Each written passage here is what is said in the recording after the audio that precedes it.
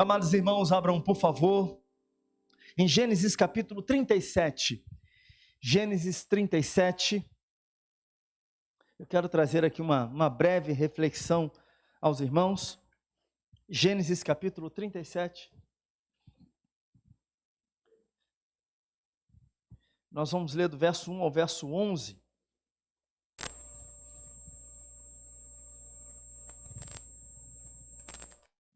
Gênesis 37, do verso 1 ao verso 11. O texto nos diz assim: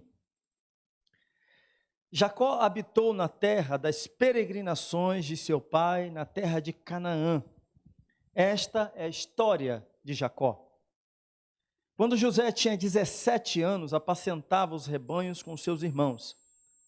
Sendo ainda jovem, acompanhava os filhos de Bila e os filhos de Zilpa, mulheres de seu pai, e trazia más notícias deles a seu pai. Ora, Israel amava mais José, do que todos os seus outros filhos, porque era o filho da sua velhice. E mandou fazer para ele uma túnica talar de mangas compridas. Quando seus irmãos viram que o pai o amava mais do que todos os outros filhos, odiaram-no e já não podiam falar com ele de forma pacífica. José teve um sonho e o contou aos seus irmãos. Por isso o odiaram ainda mais. Ele lhes disse: peço que ouçam um sonho que tive. Sonhei que estávamos amarrando feixes no campo, e eis que o meu feixe se levantou e ficou em pé, enquanto os feixes de vocês o rodeavam e se inclinavam diante do meu. Então os irmãos lhe disseram: você pensa que vai mesmo reinar sobre nós? Pensa que realmente dominará sobre nós? E com isso o odiavam ainda mais por causa dos seus sonhos e de suas palavras. José teve ainda outro sonho que ele contou aos seus irmãos, dizendo: sonhei também que o sol, a lua e 11 estrelas se inclinavam diante de mim. Quando José contou esse sonho ao pai e aos seus irmãos, o pai o repreendeu, dizendo: que sonho é esse que você teve? Você está querendo dizer que eu, a sua mãe e os seus irmãos iremos e nos inclinaremos até o chão diante de você? Os irmãos tinham inveja dele. O pai, no entanto, guardou aquilo no coração. Que o Senhor abençoe a leitura da sua palavra e a ministração da sua palavra. Os irmãos podem sentar, por favor. Meus irmãos, nós nem sempre entendemos as crises, as dificuldades e enfermidades na nossa vida, nem sempre. Muitas dessas coisas a gente não sabe muito bem como lidar, fica pensativo com algumas delas. Quase sempre estranhamos tudo isso. Crises no casamento, crises na família, crise financeira, longo tempo debaixo de variadas enfermidades, né? Você sai de uma e entra outra. Já aconteceu isso com você? Certamente, né? Se você já tem um pouco mais de idade, já sabe do que eu estou falando, né? Resolve o problema do dente, vai no dentista, arranca o siso, a gente estava falando agora há pouco, né, Simone? Arranca o siso, né? Porque está dando problema, dor de cabeça, dor na boca, aquela coisa toda, está tudo cheio de problema. Aí arranca o siso. Aí logo descobre um outro problema, dor na coluna, a coluna está ruim. Aí vai, faz lá a ressonância, o raio da ressonância, descobre que está com hérnia de disco. Aí você vai no médico, consegue fazer um tratamento, melhora, vai para a academia, faz fortalecimento muscular, não é assim, Sheila? Tem que fazer isso tudo, né? Trata lá, faz, né? Aí melhora da coluna, depois vem um outro problema, rins. Aí você, no final das contas, fala: meu Deus do céu, joelho começa a doer, coluna para de doer, é o joelho. Aí vai no hospital, fala o exame, o médico diz: olha, sua cartilagem está desgastada, aquela coisa toda, você tem que fazer fortalecimento muscular, mas isso é para sempre, meu filho, né? Aí você pergunta: meu Deus, o que está acontecendo? Ligam para você: meu irmão, está tudo bem? Ô, meu irmão, ora por mim. É mesmo? O que está acontecendo? Eu estou com dor, assim, assado. Tá bom mesmo, vou orar assim. Aí ligo para você na outra semana, e aí melhorou? Melhorei, mas aí piorou agora uma outra coisa, né? E você fica até com medo, fica meio sem graça de falar com as pessoas, como é que vão as coisas, porque, poxa, ora por uma coisa, melhora, ora por outra, piora outra, você não sabe mais o que fazer, né? E ficar um bom tempo debaixo de enfermidades variadas, isso cansa. Perseguição no ambiente de trabalho e tantas outras coisas. Meus irmãos, em determinados momentos nós olhamos para esses quadros com muita estranheza. Quando está falando de uma pessoa só, ou, né, coloca-se nesse lugar aí, né, assume essa figura aí por alguns instantes, você vai olhar para a sua vida com certa estranheza, vai olhar para o... Né, tem alguma coisa errada. Deus, o que está acontecendo? Vai fazer jejum, oração, vai fazer um monte de coisa. Se bobear, vai até entrar em corrente dos 70, corrente dos 120, dos 140, vai se meter, né? Você não vai, porque você é crente, você sabe muito bem que tudo é besterol gospel. Você tem que orar, tem que colocar diante de Deus, se tiver jejuar, vai jejuar para estar de acordo com a vontade do Senhor, mas é por isso. Agora não tem nada de corrente disso, corrente daquilo outro. Abandona esse negócio, tudo isso é balela. Já falei, já era. Mas tem que ter vida no altar, consagrar-se ao Senhor, buscar a Deus, o restante é o restante. E a gente às vezes estranha certas coisas na vida da gente, é porque fica esse evangeliquez doido aí, pregado, anunciado pelos cantos, e confunde a cabeça.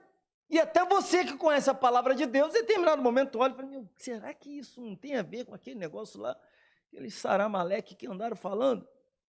E você fica em dúvida, porque você estranha. Algumas pessoas, quando pensam na sua própria história, podem até chegar a dizer o seguinte, a minha vida é marcada por angústias, derrotas e sofrimento. Eu conheço pessoas assim, que são capazes de dizer isso da sua própria vida, porque são tantos anos debaixo de sofrimento. Meus irmãos, algumas pessoas de fato vivem muitos e muitos anos debaixo de sofrimento. E se a pessoa for resumir sua própria vida, vai dizer, não, a minha vida é marcada por muito sofrimento, muita coisa, muitas dores. E aí você pergunta, qual é o propósito disso? O que é que Deus deseja em tudo isso? Por que tenho que passar por todas essas coisas? Existem tempestades que nós semeamos. Existem situações difíceis que nós entramos porque nós semeamos aquilo. Se você semear a discórdia, se você semear a raiva, o rancor, o ódio, você vai colher essas coisas. Mas nós entramos em muitas situações, passamos por dificuldades que nós não semeamos. É ou não é? É verdade. Por vezes você semeia o amor, a graça, o perdão, você semeia a amizade e em muitos momentos você não colhe isso. Mas quando a nossa vida entra nessa estrada aí, tudo está dando errado, sabe? Aquela estrada que estrada é essa? Tudo dá errado nessa estrada. Quando sua vida pega essa estrada aí, você fica perguntando, Deus, qual é o teu propósito em tudo isso? O que é que o Senhor deseja em tudo isso? Por que eu estou passando por tudo isso? Essas são algumas das perguntas que martelam a nossa mente, o nosso coração. E todos nós, até mesmo você que é firme na graça, você que tem o coração derramado na presença de Deus, você que está cheio do fogo do Espírito, você que está cheio da presença de Deus, você também nessas horas pergunta assim, Senhor, o que está acontecendo comigo? O que está errado na minha vida? E meus irmãos, embora a paz desta família aqui que nós lemos, família de Jacó ou Israel também, embora esta família seja quebrada por sua insensatez e pela rivalidade que está escancarada aqui, nós vemos que Deus continua trabalhando e que Deus está trabalhando nos bastidores para a restauração dessa família.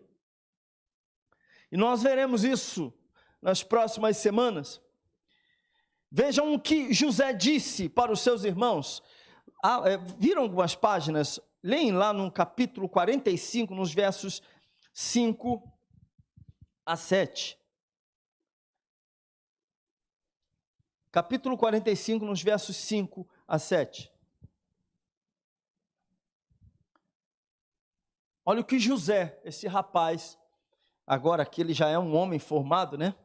Mas olha o que José vai dizer, está dizendo nos versos 5 a 7. Agora, pois, não fiquem tristes nem irritados contra vocês mesmos, está falando com seus irmãos. Já me perdi. Assim, por me terem vendido para cá, porque foi para a preservação da vida de vocês. Notem isso, que Deus me enviou adiante de vocês. Porque já houve 2 anos de fome na terra, e ainda restam 5 anos em que não haverá lavoura nem colheita. Deus me enviou adiante de vocês, para que fosse conservado para vocês um remanescente na terra, e para que a vida de vocês fosse salva por meio de um grande livramento. Notaram as 2 vezes que José diz, Deus me enviou adiante de vocês? Notaram que José faz referência 2 vezes, ele diz 2 vezes que Deus havia preparado tudo aquilo. Em outras palavras, todo o sofrimento da vida de José, todas as dificuldades que José enfrentou, que ele vai enfrentar aqui a partir do capítulo 37, tudo que ele passará, lá no final, ele vai dizer, foi Deus quem fez, foi Deus quem me enviou, Deus coordenando a história, Deus dirigindo a minha história, a história de vocês, ele falando isso para os seus irmãos. Deus acima, Deus à frente, Deus conduzindo, Deus governando, Deus o soberano, dirigindo todas as coisas. Ou seja, a providência de Deus, meus irmãos, ela é declarada aqui. E nós vemos também a providência de Deus declarada no sonho duplo de José, no texto que nós acabamos de ler, em que ele prediz o seu governo sobre a sua família. Ele prediz a sua liderança. Aqui ele tem 17 anos de idade. E Deus dá esses sonhos para ele, dizendo o seguinte, meu filho, olha, eu vou fazer isso através da sua vida, eu vou realizar isso através da sua vida, mas José não tem o restante da história. E é bastante interessante essa questão do sonho, porque no Antigo Oriente Próximo, era muito comum naquela região, as pessoas, quando compreendiam, sonhavam, entendiam que era um recado divino, né? Havia um recado da parte do Senhor.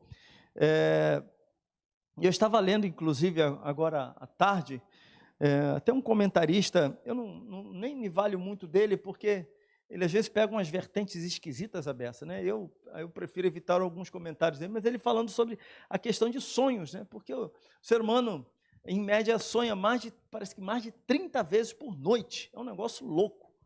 Ele fica em torno de 2h30 a 3 horas sonhando, né? E isso acontece, já fizeram pesquisas em laboratórios e tal, e quando o olho da pessoa fica vibrando, tem um nome que é dado a isso, é REM. Isso está em inglês. Eu sou muito bom em inglês, irmãos, não sei se os irmãos sabem, mas eu não vou nem testar aqui não, porque eu estou tentando lembrar. Muito bom ao contrário, tá, gente? Mas, quando os olhinhos, a pessoa está dormindo, está com os olhos fechados, e você percebe que, né, os olhinhos da pessoa estão assim, vibrando ali, estão mexendo muito, porque ela está sonhando. E já fizeram alguns testes, né, de acordar a pessoa na hora, e a pessoa tem lembranças, né, daquilo que está acontecendo, e isso é bastante interessante. Mas naquela região era muito comum, a pessoa sonhou, né, ela lembrava do sonho, eles interpretavam como se o divino estivesse revelando a eles, né? E aqui Deus justamente se vale desse momento, usa um sonho para falar a José aquilo que ele tinha, o propósito dele na vida de José, na vida da família de José. E é interessante, meus irmãos, porque a história desenrola-se de um ponto de vista muito comum. muito comum, secular, o que nós vemos apesar de termos a mão de Deus, o governo de Deus, em toda essa história, em toda essa situação, quando nós olhamos o capítulo 37 até o capítulo 50, nós vamos ver que não há intervenções angelicais. Nós vamos ver que não há milagres, coisas extraordinárias acontecendo. Não tem ações angelicais no meio desse processo todo. É uma história comum, é uma vida, é vida na vida. É o desenrolar de uma vida. De alguém passando por lutas, por dificuldades, por perseguições, é preso, é vendido como escravo, é preso. É assim, é a vida de José. Tudo acontecendo de maneira muito comum, e alguém de fora, talvez olhando, não diria, olha, Deus está conduzindo isso. Uma pessoa comum não diria, tem as digitais de Deus nessa história. Pelo contrário, diria, olha meu filho, você está com uma urucubaca aí na sua vida. Não é isso que diriam? Tem um encosto. Tem uma entidade aí encostada em você, meu filho. Você está andando e a entidade está junto contigo. Que não é possível. Para onde tu vai, o negócio está dando errado, cara. Tua família arruma um problema com você. Diriam isso, tá? Seus irmãos, aqueles que deveriam te amar, não gostam de você, vendem você. Você, quando chega lá no Egito, ao invés de se dar bem, você começa, as coisas vão ficando difíceis para você. Mas veja, meus irmãos, que Deus está no controle de tudo isso. Notem só como é que são as coisas. José vagueia providencialmente, é o que nós percebemos quando lemos o texto. Vamos ler mais à frente. Ele vagueia providencialmente por Siquém, à procura de seus irmãos. Quando encontra um homem que ouviu para onde os seus irmãos estavam indo, isso é tremendo. Aí sem o atraso de José, sem o atraso os comerciantes ismaelitas não teriam passado no tempo certo, nada disso teria acontecido, José não teria sido vendido. Judá tem uma ideia de vender José. E assim José acaba chegando no Egito. Tudo estava acontecendo dentro daquilo que a gente chama de vida. E alguém poderia dizer, Deus não está nisso não, mas Deus estava.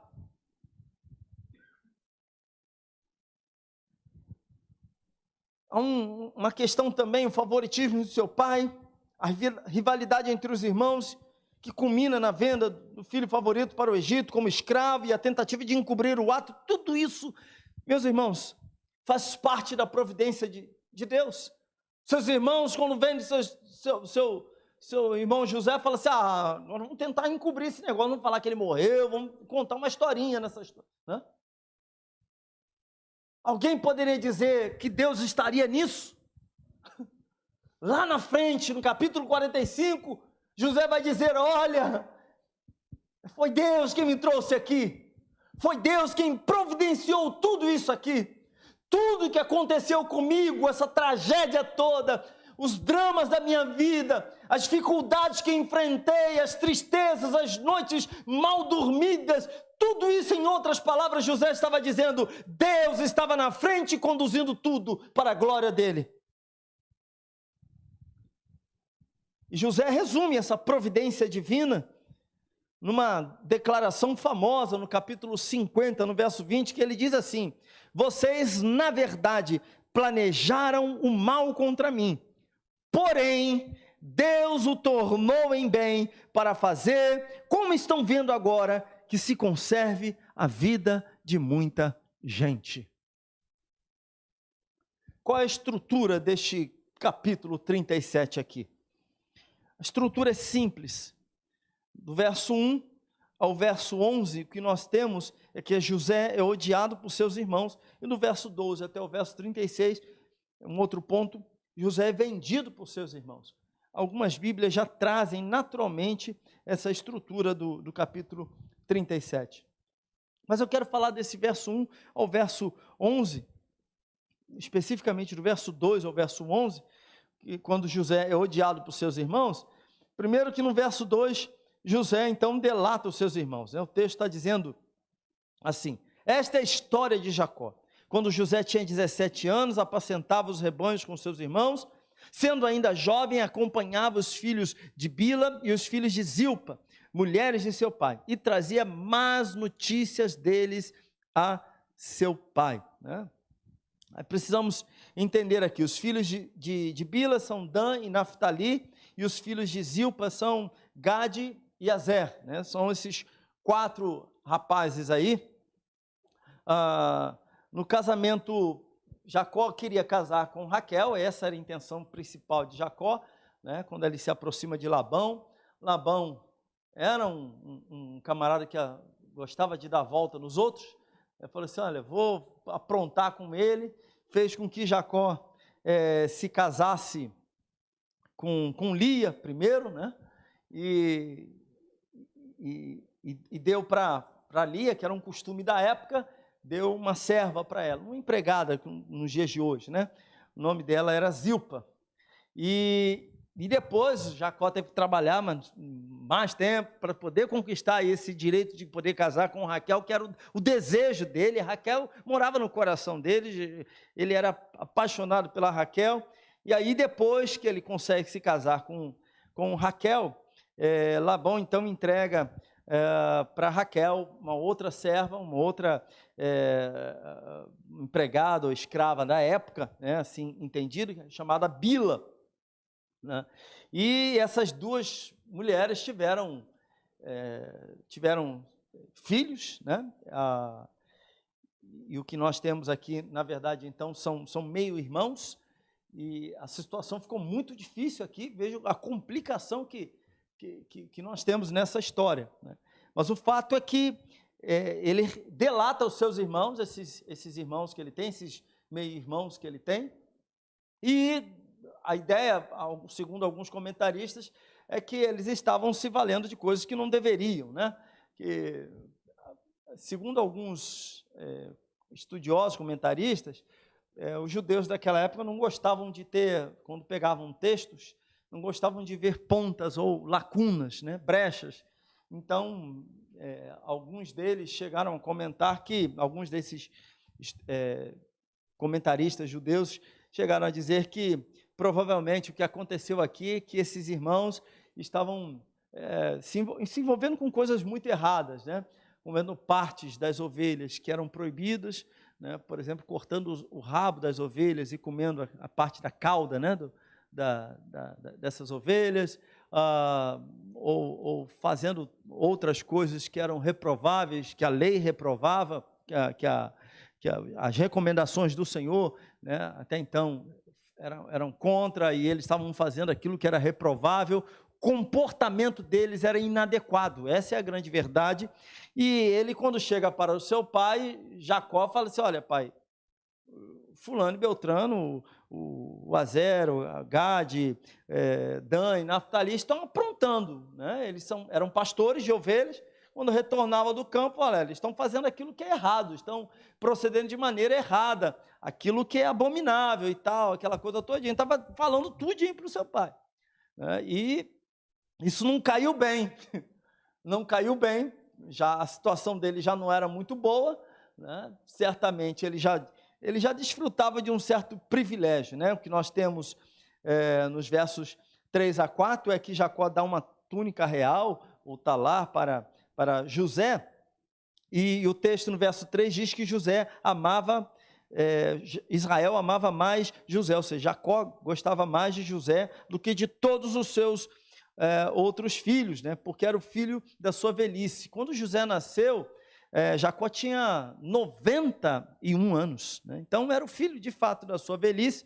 E um outro detalhe, ele era o filho da sua velhice com Raquel, né? Então era a sua esposa predileta, era a amada do seu coração.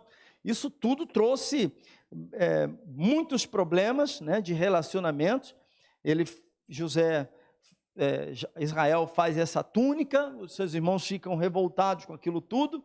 Aí depois, versos 5 a 11, José conta os seus 2 sonhos, que deixam seus irmãos também, até o seu pai, assim, com resistência. O seu pai ainda ponderou, teve um coração mais humilde, né? Diante daquilo que foi contado, o seu pai foi ponderado, né? Lá no verso 11 vai dizer, no entanto, guardou aquilo no coração, ou seja, olha, ele teve alguma dificuldade quando ele recebe esse sonho, mas depois ele fala, peraí, eu tenho que ponderar com isso, que Deus pode estar no meio dessa história aí. Isso não foi normal. Ele tem 2 sonhos. Nos 2 sonhos ele governa sobre nós, nos 2 sonhos ele está sobre nós. Vamos esperar isso daí. Ele fez aquilo que toda pessoa humilde deveria fazer, ponderar. Fala, Senhor, que seja feita a tua vontade. Senhor, o que é que tu queres nessa história toda?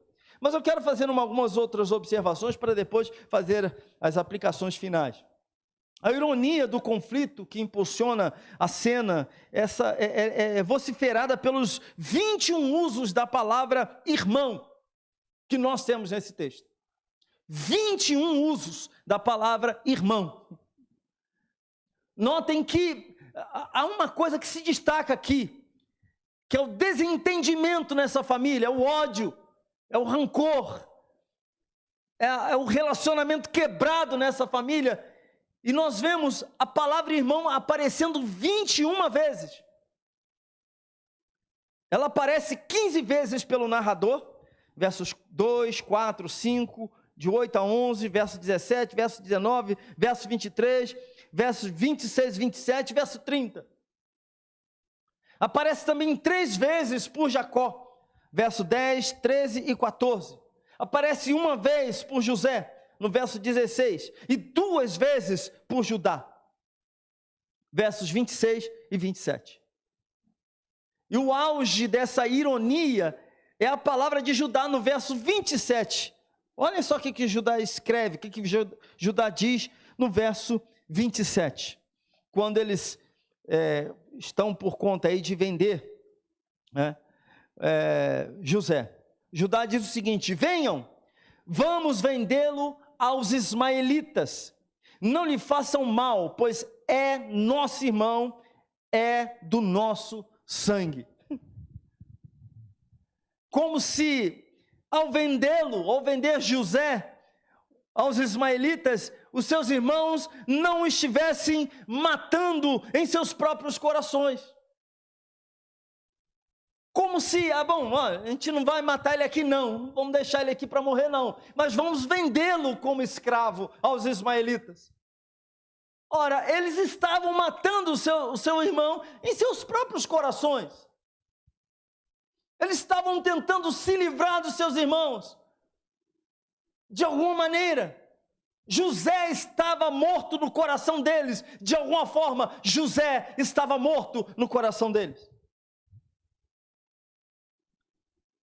A 4ª geração da semente de Abraão, meus irmãos, sobe o palco da história sagrada, unida externamente por carne e sangue, ou seja, pelo parentesco, e supostamente também unida pela circuncisão, mas supostamente unida pela circuncisão. Mas interiormente, essa 4ª geração da semente de Abraão estava dividida pelo ódio e pelo desejo de matar o sonho de José, porque era isso que eles queriam. José havia contado 2 sonhos para eles, que tinha apenas um significado: José vai reinar sobre os seus irmãos, José será superior aos seus irmãos, José está acima dos seus irmãos. Eles queriam matar este sonho que havia sido dado pelo próprio Senhor. Então notem que esta família está unida exteriormente pelo sangue, pelo parentesco. Esta família está unida pela circuncisão, pela uma aliança que Deus havia feito com o seu povo. A circuncisão era o povo da circuncisão, mas essa família está separada espiritualmente, no coração. Essa família está separada.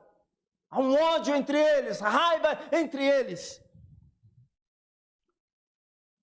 Isso deve nos fazer pensar sobre a nossa união como povo de Deus, como servos do Senhor. Isso deve nos fazer pensar que nós podemos pertencer à mesma denominação, nós podemos pertencer à mesma igreja, nós podemos pertencer ao mesmo Senhor, nós podemos nos referir uns aos outros como irmãos, mas ainda assim estarmos divididos no nosso coração.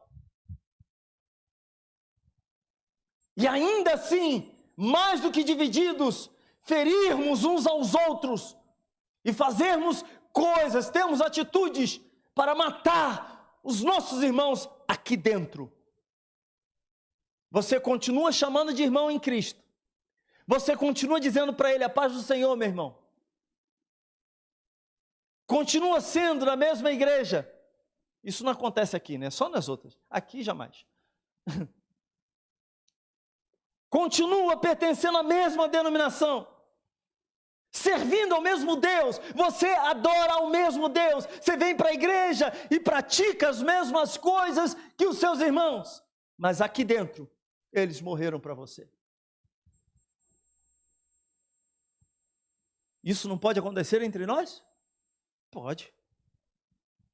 Em algum momento isso não acontece conosco? Acontece. E aqui eu quero chamar a sua atenção, a nossa atenção, a atenção da nossa igreja, a atenção do povo de Deus, dos servos do Senhor, desse perigo.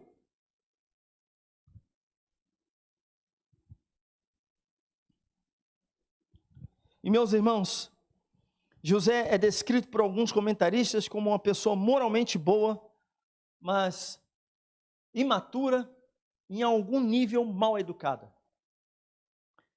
Esses mesmos comentaristas afirmam que a fofoca de José, e eles tratam a informação que José levava dos seus irmãos como fofoca. Eu tenho algumas ponderações, eu tenho uma ponderação em cima disso. Eles afirmam que a jactância, ou seja, a ostentação, a vanglória de José e a demonstração da sua túnica talada, dessa roupa que ele recebeu, uma roupa festival que ele recebeu do seu pai, eles afirmam que José estaria inflamando o ódio no coração dos seus irmãos.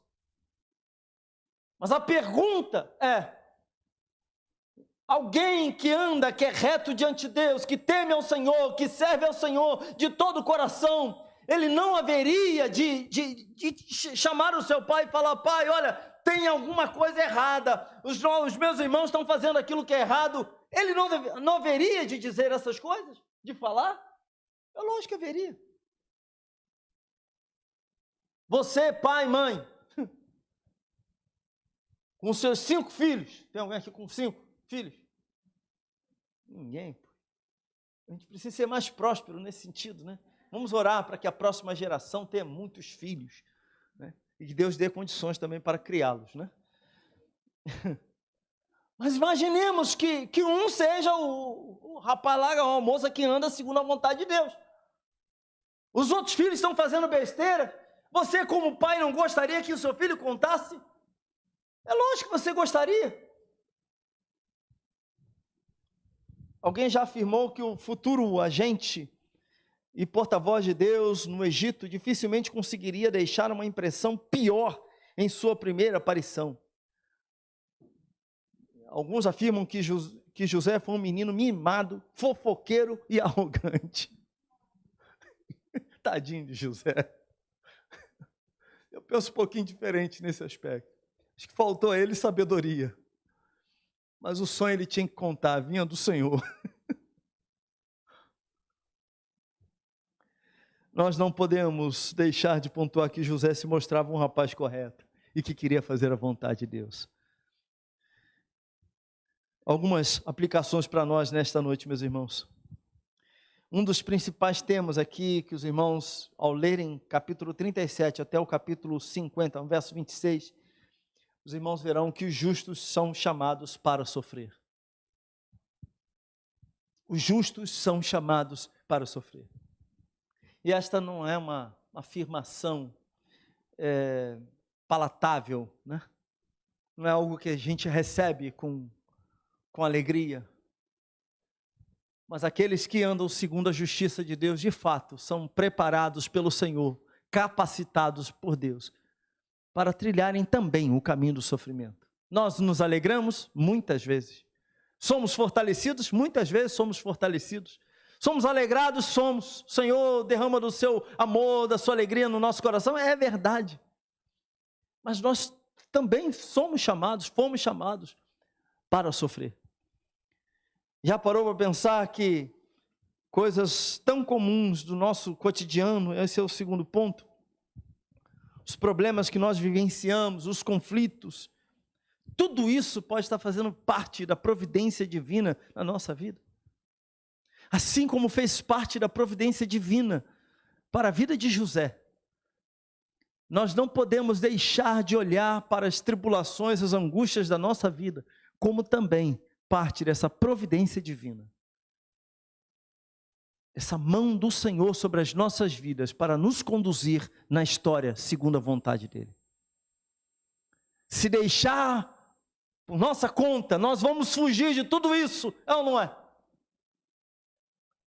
Se deixasse por nossa conta, nós tentaríamos escapar de todas essas angústias e dores e lutas, nós fugiríamos de tudo isso e teríamos uma vida tranquila o tempo todo. Quem não gostaria? Quem não gostaria? Vou traçar aqui um perfil aqui, né? Imaginemos aqui alguém que mora num bairro mais tranquilo do planeta.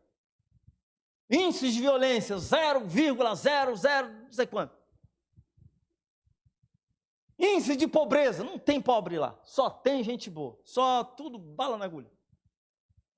Todo mundo tem condições financeiras. A sua vida financeira está arrumada, você não se preocupa com nada, o dinheiro está lá em investimentos, seguros, está garantido. Você trabalha, mas trabalho é um hobby, eu gosto daquilo que eu faço. E o dinheiro está caindo lá todo mês. A saúde perfeita, esbanjando saúde.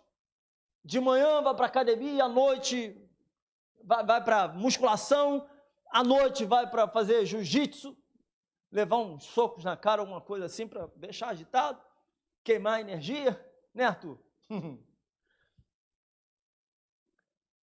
E vai, a vida está tudo arrumadinho, a relação com a família está toda perfeita. Meus irmãos, é isso que nós gostaríamos aqui neste mundo. Mas esta não é a nossa realidade. O pecado entrou no mundo e o pecado afetou tudo e todos. E nós passamos por lutas, por adversidades. Nós fazemos coisas, semeamos coisas que nós não deveríamos, tomamos atitudes que nós não deveríamos, demonstramos egoísmo, tratamos pessoas por vezes, acontece, não pode ser uma regra na sua vida, mas acontece, em algum momento você tratar alguém de maneira indevida.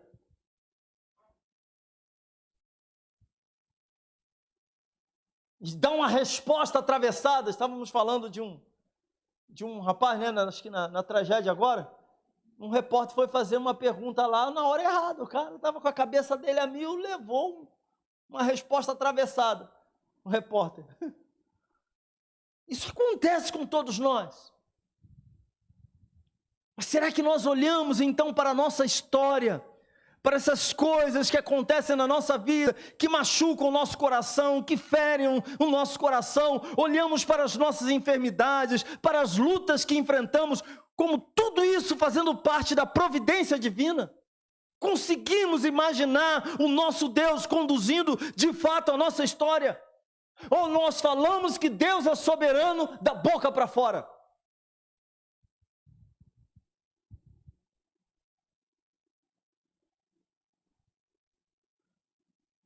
Neste mundo, também haveremos de vivenciar e enfrentar posturas ou atitudes de ódio desse próprio mundo. Quando nós nos submetermos à vontade do Senhor. Ande em fidelidade ao Senhor, seja fiel ao Senhor, faça a vontade de Deus. Não negocie o sagrado e você verá que pessoas vão se levantar contra você, talvez até da sua própria família. Procure andar em fidelidade ao Senhor. Você vai se deparar com situações assim. Vão pedir para você fazer coisas que são erradas, lá no seu ambiente de trabalho. Pedir para você assinar documento que você não tem que assinar, você mentir. E você poderá ganhar a antipatia dessas pessoas, porque você não negociou a verdade. Eu quero encerrar dizendo, assim como na vida de José, Deus estava no controle, conduziu tudo, e no final ele diz, olha, tudo isso aconteceu, Deus esteve na frente, foi Deus que me trouxe aqui, foi Deus que providenciou tudo isso. Assim também nas nossas vidas. Devemos só procurar saber o tempo todo, Senhor, qual é a tua vontade? O que é que o Senhor deseja da minha vida? E nos arrependermos quando tomarmos atitudes erradas. Mas sabermos que o nosso Deus nunca perde o controle da história. Nós perdemos, mas o nosso Deus não. Nós nos desviamos, nós pegamos caminhos errados, nós fazemos aquilo que não deveríamos, mas o nosso Deus não. Ele é perfeito em todas as coisas. Então Ele está no controle da história. Eu não sei das lutas, das dificuldades que você tem enfrentado. Eu sei que o nosso Deus continua governando e que nada fugiu ao controle dEle. E aquilo que Ele quiser fazer na sua vida, Ele vai fazer. Se Ele quiser te conduzir em determinada situação, Ele o fará, porque Ele é Deus. Ele vai quebrantar corações, Ele vai endurecer corações. Ele vai até mesmo fazer com que pessoas te persigam. Ele vai fazer com que pessoas que você acha que jamais te amariam, te amem. O nosso Deus é Deus. E Ele faz tudo isso para o seu propósito. Nada foge ao controle de Deus. Todas as coisas cooperam para o nosso bem. Por quê? Porque é o nosso Deus que está no controle da nossa história. Não é o seu próximo. O diabo não tem a palavra final na sua vida. Nem a final e nem a inicial. A palavra é do Senhor. Você pertence a Ele, você é amado por Ele. Ele vai conduzir a sua vida. E nessa estrada tem sofrimento, nessa estrada tem angústia, nessa estrada tem frustração, nessa estrada tem choro, tem lamento, mas também tem alegria, tem conforto, tem paz. E você vai saber que Deus está no controle de todas as coisas. Em nome de Jesus. Curva a sua cabeça, vamos orar.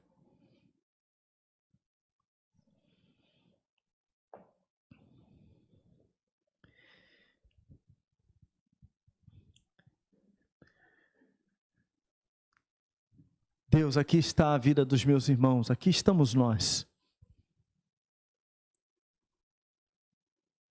Somos imperfeitos, falhos. A maioria das vezes nós não entendemos as nossas tribulações e angústias. A maioria das vezes nós até questionamos a razão do nosso sofrimento. Estranhamos quando as coisas começam a dar errado.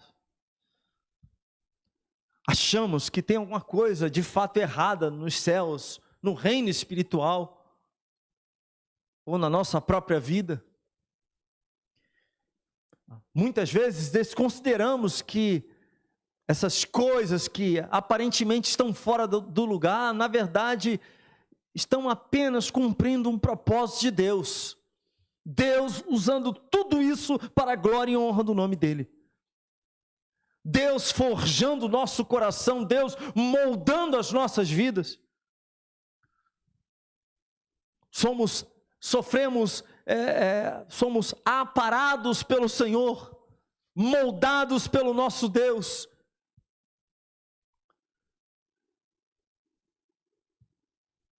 O Senhor trabalhando no nosso interior,